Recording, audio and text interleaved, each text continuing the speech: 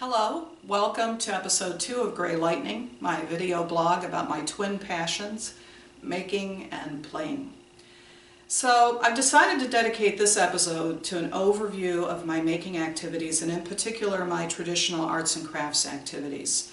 My next episode will be about my more recent activities that I do using tools like the ones you find in a makerspace like Tech Shop. So it was actually an interesting experience gathering together all these examples for this episode. For one thing, I discovered that I'd already given away all my best pieces. And you know, makers do that. We like to give things to people not only to make them happy, but to create space for our new creations. So I'll just have to make do with the stuff I actually have left. So another thing I discovered as I got it all in one place is I really like color.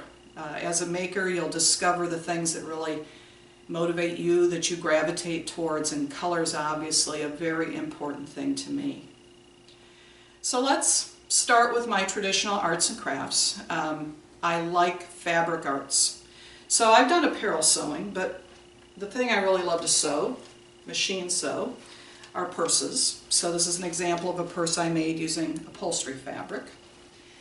And this is another example of one that's made with knit panels, and I'll talk about knitting in a second because I love to knit.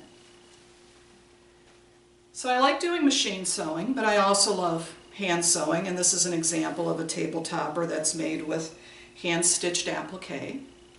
And I do love to quilt, but all of my quilts have been made mostly as gifts for others. This is one of the rare examples of something that I've made for myself, and it's a picnic blanket. So I show you these not because I'm going to make videos about sewing, because I'm not, there's already a lot of those on the internet, but I have found that my sewing skills have come in handy on a variety of different projects that I've done recently with non-traditional methods, and we'll be talking about that.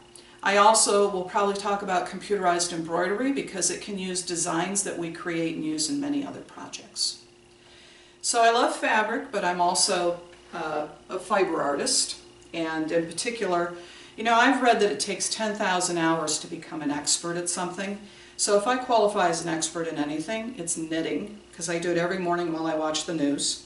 So this is an example of the kind of sweater I like to make. Here's another.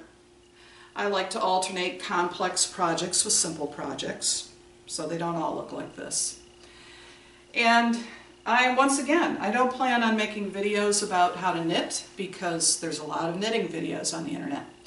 But I did take my knitting to a whole new level about 5 years ago when I implemented a simple change, and I will share that idea on a video later. So, pottery. I started pottery about 5 years ago, so I'm really a relative newbie at that. They say that potters fall into one of two categories, either the ones that like form and shape or the ones that like to decorate things. And I find that I'm a decorator. So while I will make simple shapes like this or this platter and put simple glazes on them, I'm a lot more likely to do things like this where I apply a fern to the shape, or do Chinese brush painting, or carving this candle holder. And I even like sgraffito, which is this process, very time consuming, where you cover white clay and black and you carve away the design. So, I mentioned pottery. I don't plan on making pottery videos, but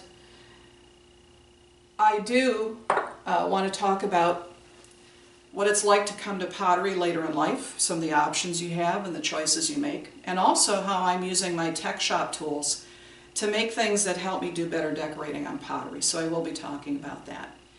And then finally, jewelry. I love jewelry, I love color, I love sparkle. I do very simple projects that use natural stone and simple focal bead, but I also do elaborate seed bead creations like this one. So I've also learned that my jewelry making techniques have come in handy when it comes to my non-traditional projects like the ones I do at Tech Shop.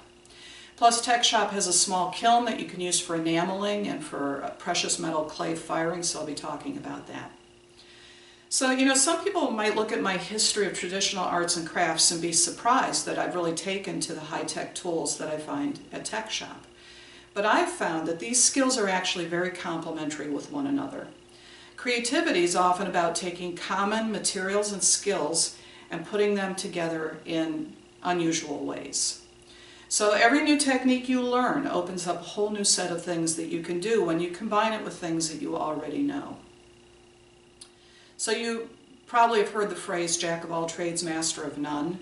I've really found that being a jack of all trades is actually a plus when it comes to creativity and innovation.